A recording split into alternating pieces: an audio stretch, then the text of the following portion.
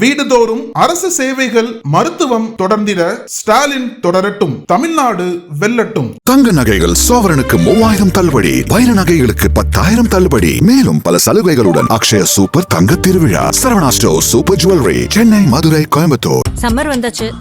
Watts your plan for this holiday? எங்க கிட்ட விட்டுருங்க, நாங்க பாத்துக்கிறோம். GT Holidays, South India's #1 travel brand. Vijay செய்தது முறைகேடுதான் அப்படின்னு நீதிமன்றம் சொல்லியிருக்கு. இதனால விஜயனுடைய அந்த மனுவில் எதுவும் சர்ச்சை வந்துருமா, எலெக்ஷனுக்கு ஒரு நாள் முன்னாடி தகுதி நீக்கம் செய்யப்படுவாராங்கிற மாதிரியான விவாதங்கள் ஒரு பக்கம் போயிட்டு இருக்கு. இன்னொரு புறம் பார்த்தோம் அப்படின்னா விஜய் மத ரீதியாக வாக்கு சேகரிக்கிறார். இந்த மாதிரியான ஒரு வாக்கு சேகரிப்பு முறையை திமுகவிலேயோ அதிமுகவிலேயோ வேறு யாரும் பண்ணி பார்த்துருக்க முடியாது. அந்த கட்சியோட தலைவர்கள் பண்ணாத ஒன்று விஜய் பண்ணுறாரு அப்படிங்கிற விமர்சனமும் இருக்குது. அதை பற்றி பேசுவோம். இன்னொரு பக்கம் இந்த செல்வ பெருந்தகை சொல்கிறது உண்மையா, ஐடி சொல்கிறது உண்மையா, என்ன பின்னணி, அல்லது பாஜக முன்னாள் மாநில தலைவர் சொல்கிறது உண்மையாங்கிறது குறித்தெல்லாம் நிறைய வாதங்கள் போயிட்டு இருக்கு. ராகுல் தன்னை அழைக்கலை, அதை எப்படியாச்சும் டைவர்ட் பண்ணுறதுக்காக தான் தன் வீட்டில் ஐடி ரெய்டு நடக்குதுன்னு செல்வ பெருந்தகை பொய் சொல்கிறார் அப்படிங்கிற விமர்சனம் எழுந்திருக்கு. யார் சொல்வது உண்மை, யார் சொல்வது பொய் அப்படிங்கிறது குறித்து இந்த வீடியோவில் விரிவாக பார்த்துருவோம். Welcome to sensation.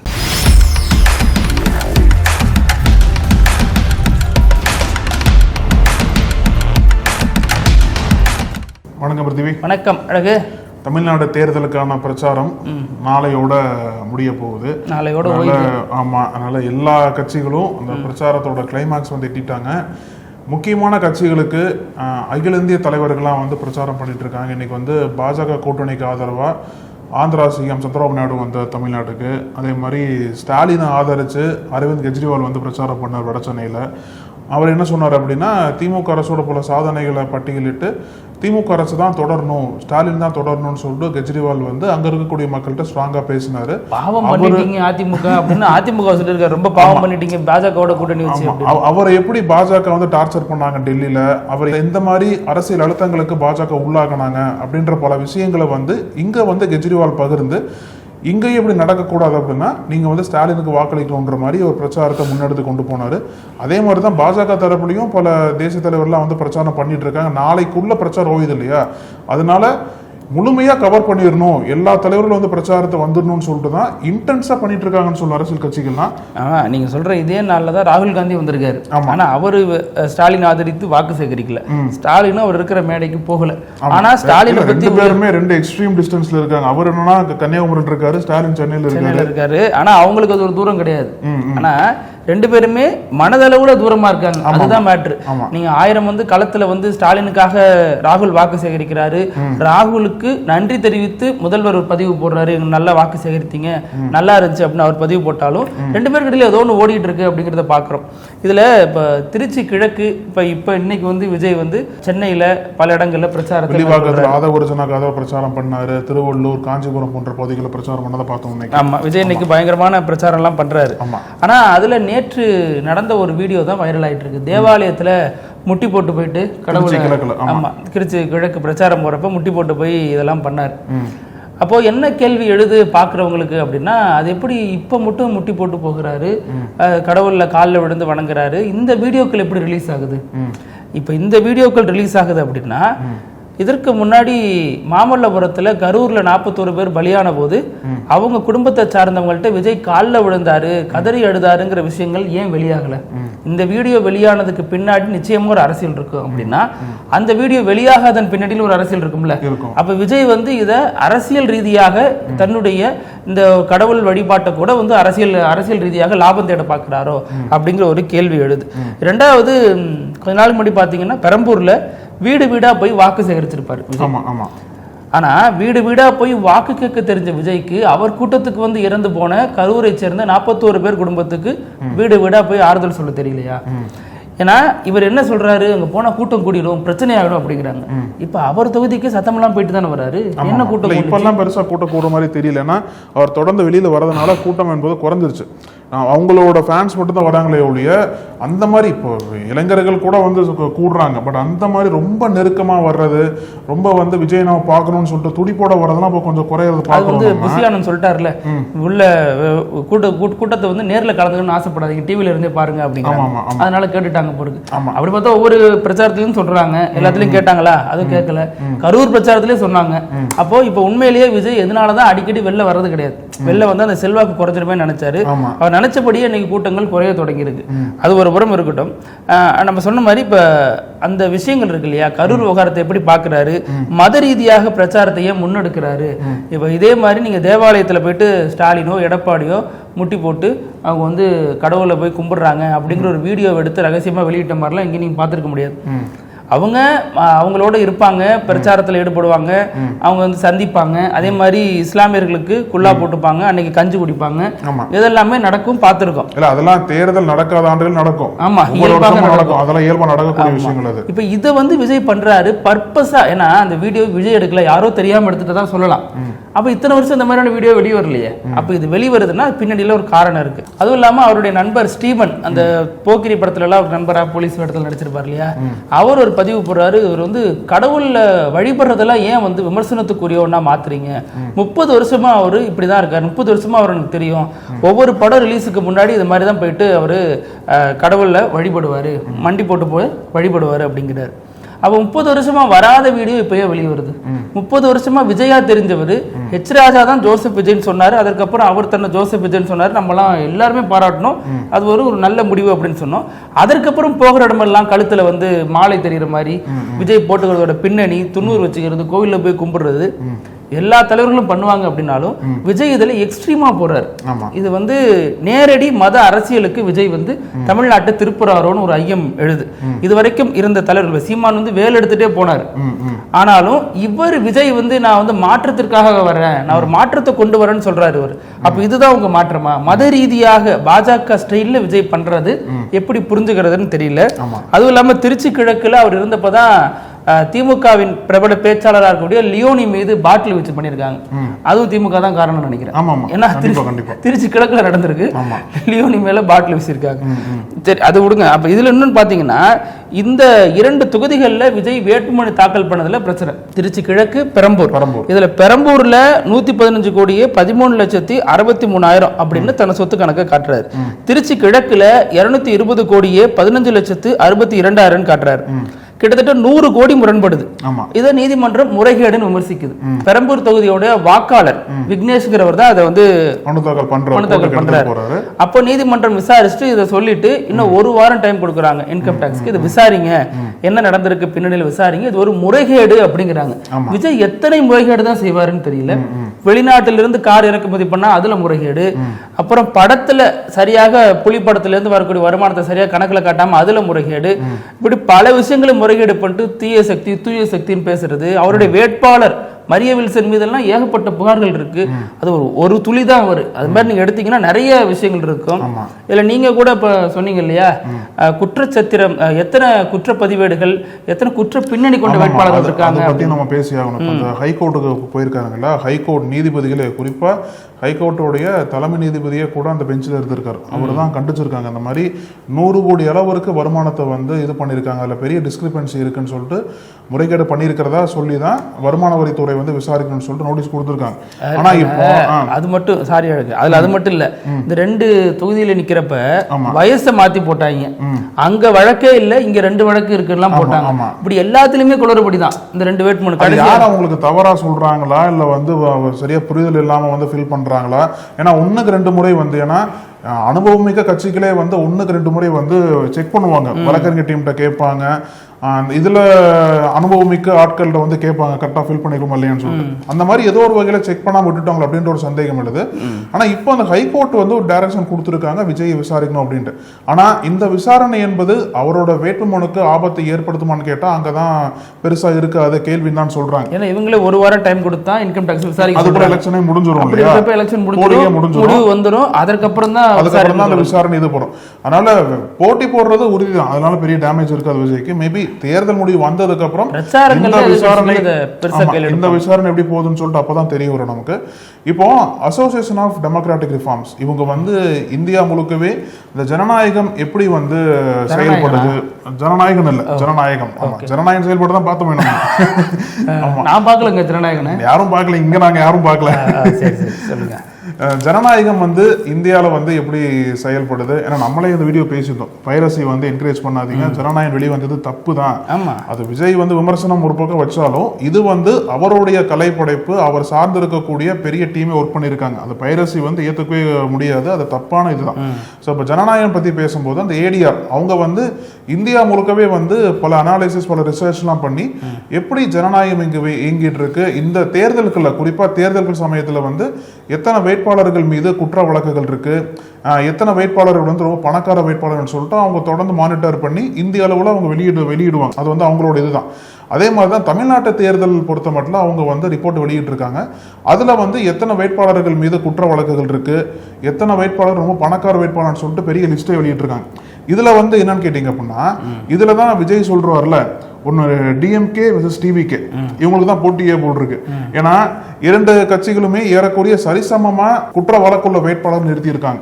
இதுல ஹையஸ்ட் வந்து ஏடிஎம்கே, ஹையஸ்ட் வந்து பாத்தீங்கன்னா அவங்க நிறுத்தின வேட்பாளர்கள 69% வேட்பாளர்கள் வந்து குற்ற வழக்கு உள்ள வேட்பாளர்கள் ஏடிஎம்கே சார்பா. அதுக்கப்புறம் பாத்தீங்கன்னா திமுக வந்து 40% ஆஃப் கேண்டிடேட்ஸ் வந்து கிரிமினல் கேசஸ் இருக்கு. அதே 40% வந்து தாவேக்கால இருக்கக்கூடிய வேட்பாளர்கள் மீது குற்ற வழக்குகள் இருக்கு. இது இன்னும் நம்ம டீட்டெயிலா பேசணும்னு வச்சுக்கோங்களேன். இதுல ஏடிஆர் என்ன சொல்றாங்க அப்படின்னா, 4023 வேட்பாளர்கள்ல 3992 வேட்பாளர்கள் அரசு இருக்காங்க இந்த தேர்தல் பொறுத்தளவுல. அந்த 3992 பேர்ல 722 வேட்பாளர்கள் மீது குற்ற வழக்குகள் இருக்கு. இதுல பாத்தீங்கன்னு வச்சுக்கோங்களேன், கிட்டத்தட்ட 404 வேட்பாளர்கள் மீது சீரியஸான கிரிமினல் கேஸ் இருக்கு. இந்த இரண்டு தரவுகளுமே வந்து 2021 அதிகம், டபுள்னே சொல்லலாம், அந்த அளவுக்கு அதிகரிச்சிருக்கு. ஏன்னா தொடர்ந்து இப்ப எப்படி தெரியுது அப்படின்னா, அடுத்தடுத்த தேர்தல்கள் வரும்போது எல்லா கட்சிகளுமே வந்து குற்ற பின்னணி நாட்களை தான் வேட்பாளராக நிப்பாட்டுறாங்களோ அப்படின்ற ஒரு பெரிய கேள்வி இருக்கு. ஏன்னா கிட்டத்தட்ட 20% வேட்பாளர்கள் குற்ற பின்னணி அப்படின்னா அது வந்து எப்படி வந்து எல்லா கட்சிகளும் மக்கள் இடத்துல பேச முடியும், சட்டம் ஒழுங்கு எப்படி நாங்க வந்து காப்பாற்றணும்னு சொல்ல முடியும், அவங்களே வந்து குற்றவாளிகள் இருக்கிற சமயத்துல பாஜக பட்டியல் இதுல இருக்கு.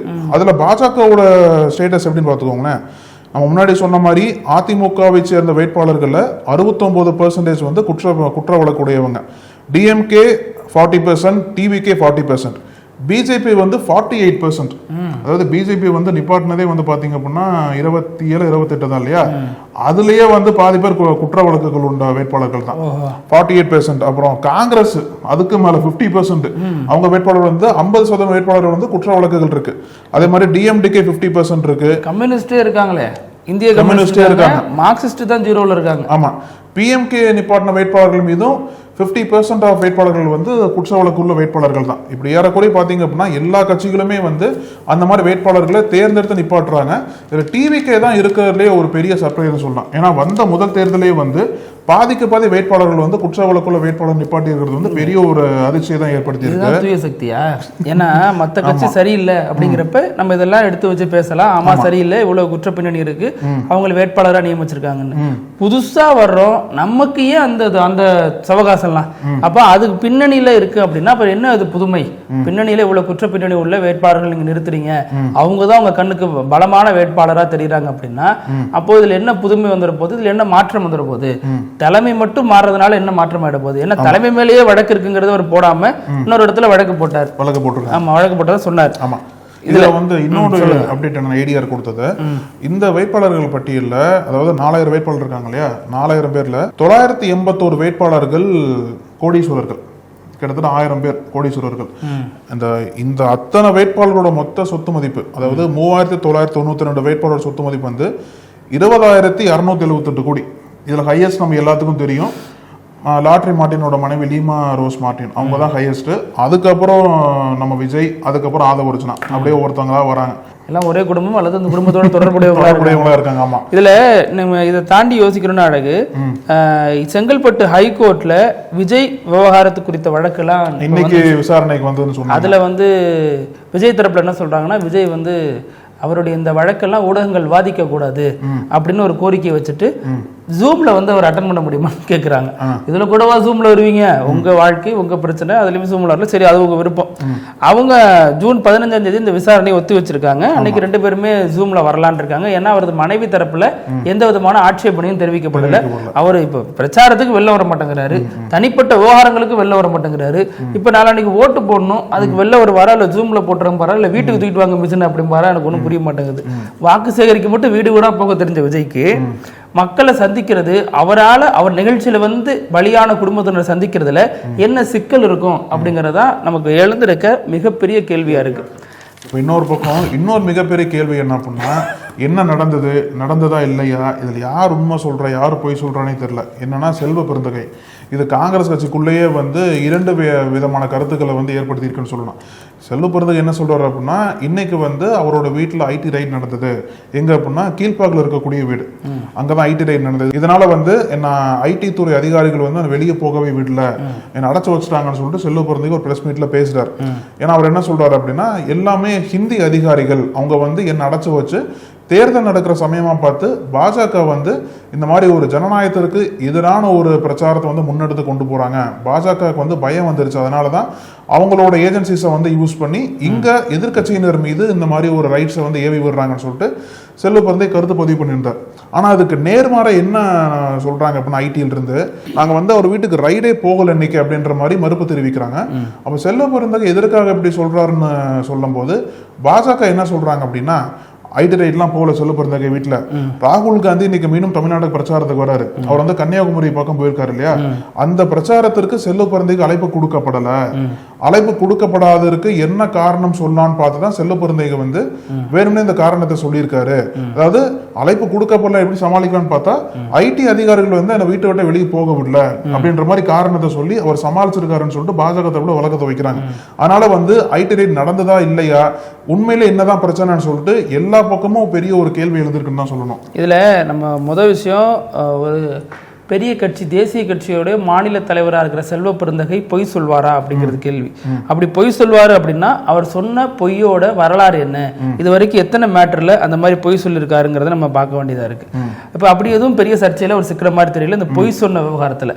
அப்போ ஒரு மாநில தலைவராக இருக்கக்கூடிய செல்வ பெருந்தகை அகில இந்திய காங்கிரஸ் கட்சியில முக்கியமான நபராக இருக்கக்கூடியவர் போற போக்குல ஒரு பொய் சொல்லிடுவாரா அப்படிங்கிறது ஒரு கேள்வி. ஆனா இப்ப இதுல ஏன் இவ்வளவு மாறுபட்ட கருத்து வருதுன்னா, அங்க பாஜகவோட நெருக்கமா இருக்கக்கூடிய பாஜக முன்னாள் மாநில தலைவர் சொல்றாரு, அவர் சொல்றது பொய் சொல்றாரு, அவர் வந்து ராகுல் நிகழ்ச்சிக்கு அழைக்கப்படல, அதை வந்து டைவர்ட் பண்றதுக்காக அப்படி சொல்றாரு அப்படிங்கிறாரு. அப்போ அவர் பொய் சொல்லியிருக்காரா அப்படின்னு பார்க்கணும். அவர் ஏகப்பட்ட பொய் சொல்லியிருக்காரு. உதாரணமா நம்ம செருப்பு போட மாட்டேன்னு சொன்னார் திமுக ஆட்சி அகற்ற வரைக்கும். இப்ப செருப்பு போட்டுட்டு இருக்காரு, அகற்றிட்டாரா அப்படிங்கிறது தெரியல. செருப்பு போட்டு தான் நடமாடுறாரு, சாட்டை எல்லாம் அடிச்சிட்டு இருந்தாரு.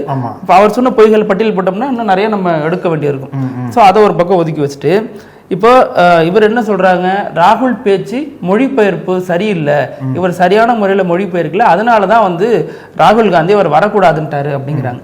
அதுல 2 விஷயம். ராகுல் பேச்சோட மொழிபெயர்ப்புல என்ன சிக்கல் அப்படின்னா, இவருக்கு இங்கிலீஷ் தெரியுமா அப்படின்னா நல்லாவே இங்கிலீஷ் பேசக்கூடியவர் தான், ஆங்கில ஊடகங்கள்ல பேசக்கூடிய ஒரு நபர் தான். ஆனா ரொம்ப ஃப்ளூயண்டா பேசுவாரா அப்படிங்கிறதுல வேணா உங்களுக்கு மாற்றுக்கிறது இருக்கலாம். அந்த அடிப்படையில இவரால் மொழிபெயர்ப்பு செய்ய முடியும். ஆனா ஏன் அங்க தடுமாறினாரு அப்படின்னா, அந்த இடத்துல ராகுல் காந்தி பேசுறது சரியா கேட்கலங்கிறது தான் அங்க இருக்கக்கூடிய நபர்கள் சொல்ற விஷயமா இருக்கு.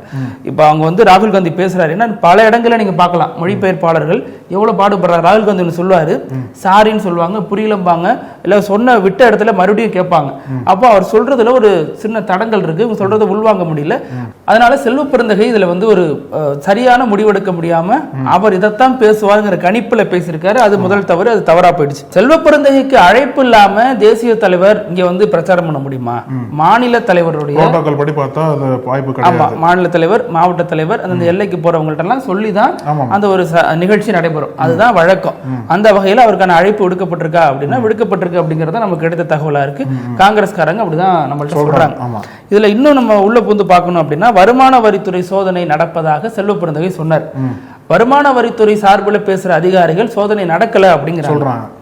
அவங்களும் அஃபீஷியல் ஸ்டேட்மெண்ட் ரிலீஸ் பண்ணல. ஊடகங்கள் தொடர்பாக நம்ம பேசுறப்ப அவங்க இந்த மாதிரி ஸ்டேட்மெண்ட் சொல்றாங்க. செல்வ பிறந்தக்கு என்ன சொல்றாரு, ஹிந்தி பேசுறாங்க அந்த அதிகாரிகள், இங்க வந்துட்டு உட்காந்து ஹிந்தியில பேசிக்கிட்டு என்ன வந்து சிறைப்படுத்தி வச்சிருக்காங்க, என்னால வெளியேற முடியல, ராகுல் காந்தி நிகழ்ச்சி அங்க நடக்குது அப்படிங்கிறாரு. அப்போ அவர் சொல்றது அதிகாரிகள் வந்தது உண்மைதான் அவர் பாயிண்ட் ஆஃப் வியூல. ஆனா இன்கம் டாக்ஸ் அதிகாரிகளா அல்லது இடி அதிகாரிகளா அல்லது சிபிஐ அதிகாரிகளாங்கிறத பார்க்க வேண்டியதா இருக்கு. ஏன்னா அந்த மாதிரி வெவ்வேறு துறை சார்ந்த அதிகாரிகள் வரும்பொழுது அவங்க இவர் செல்வ பிறந்தகை இப்படி விஷயத்த சொன்னாரா அப்படிங்கிறது கேள்வியா இருக்கு. ஆனா அந்த 3 தரப்பு அதிகாரிகளுமே வந்து இது வரைக்கும் பேசுற டைம் வரைக்கும் விளக்கம் கொடுக்கல, அபிஷியலா கொடுக்கல. உண்மையிலே போனாங்க. ஏன்னா சப்போஸ் அந்த 3 துறையினர் வந்து போனாங்க அப்படின்னா பலத்த பாதுகாப்போட தான் போவாங்க, சிஆர்பிஎஃப் வீரர்கள்லாம் கூட போவாங்க.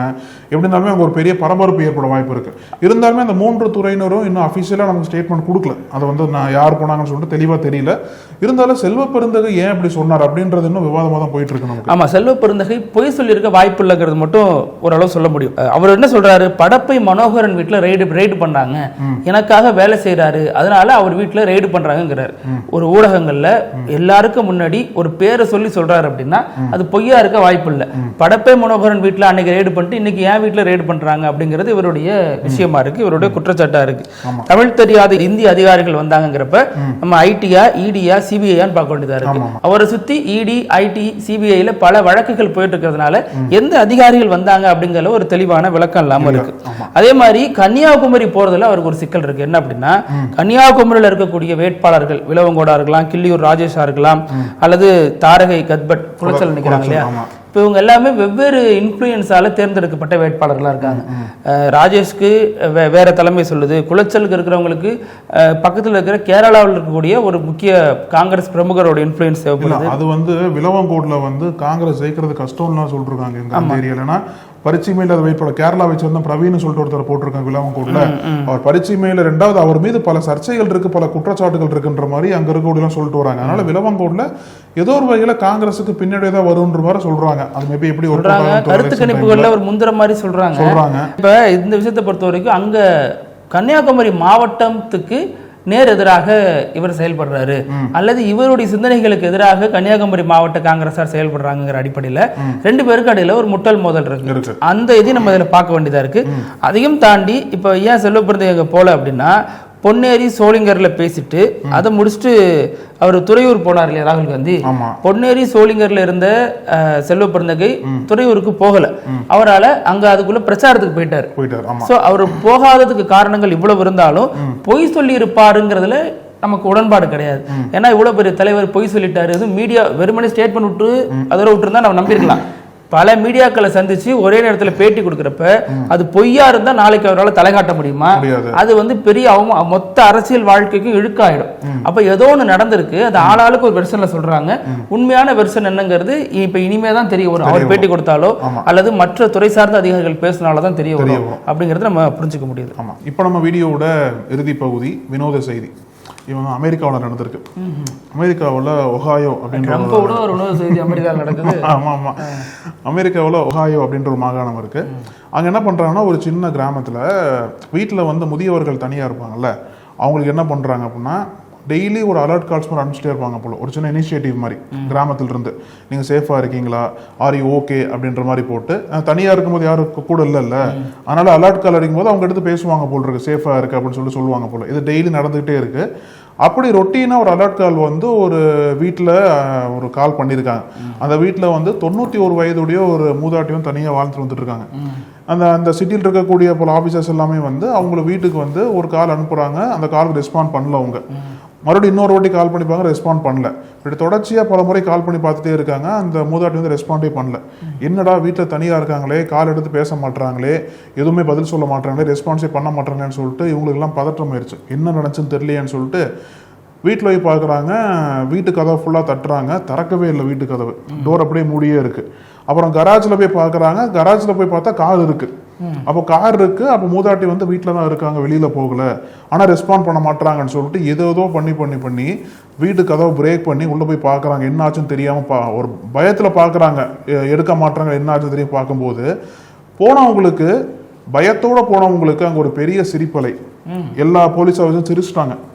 ஏன் அப்படின்னா இந்த 91 வயது மூதாட்டி ஹெட்ஃபோன் போட்டு வீடியோ கேம் விளையாண்டுருக்காங்க. வீடியோ கேம் இதெல்லாம் எவ்வளவு பெரிய கேம் விளையாட மாட்டீங்களா? ஏன் அந்த பாடுபடுத்துறீங்க? ஆமா, சேஃபா இருக்காங்க, ஹாப்பியா இருக்காங்க போல. வீடியோ கேம் விளையாண்டுருக்காங்க ஹெட்ஃபோன் போட்டு. அந்த சத்தத்துல வந்து அந்த ஃபோன் சத்தம் கேட்கல, கதவு தர சத்தம் ஃபுல்லா கேட்கல போல் இருக்கு. என்ன சொல்றாங்க, நான் என்னோட ரெக்கார்டை நான் பீட் பண்றதுக்காக கேம் விளையாண்டுருக்கேன், எதுக்கு வந்து டிஸ்டர்ப் பண்றீங்கன்னு சொல்லிட்டு கேட்கறாங்க போல் இருக்கு. இப்படி இல்லாம பண்ணுவீங்க அதுக்குன்றது. நல்ல வேளை அமெரிக்கா போலீஸ்னால பார்த்து சிரிச்சாங்க. நம்ம ஊர் போலீஸ்னா சொல்லவே வேண்டாம், ரொம்ப கோவப்பட்டிருப்பாங்க. ஆமா, அது 91 வயசுல வந்து ஆக்டிவா ஹெல்த்தியா வீடியோ கேம் விளையாட வச்சிருக்காங்க அப்படின்னா ஒரு பக்கம் வினோதமா இருந்தாலும் இன்னொரு பக்கம் ஆச்சரியத்தை ஏற்படுத்துது. ஆமா, பேசுவாளுக்கு பல செய்திகளோட மீண்டும் சந்திக்கலாம். நன்றி. தொடர்ந்து பேசலாம் பத்தி. நன்றி. நக்கீரன் டிவிக்கு சப்ஸ்கிரைப் செய்யுங்கள். உங்கள் ஆதரவே எங்கள் பலம். ஆசிரியர்களுக்கு நண்பனாகவும் மாணவர்களுக்கு ஆசானாகவும் திகழும் தேர்வு வழிகாட்டி. ஒவ்வொரு பாடத்திற்கும் அனுபவமிக்க ஆசிரியர்களின் துல்லியமான தெளிவான விடைகள். CNC இருக்கு, தேர்வு பயம் எதற்கு?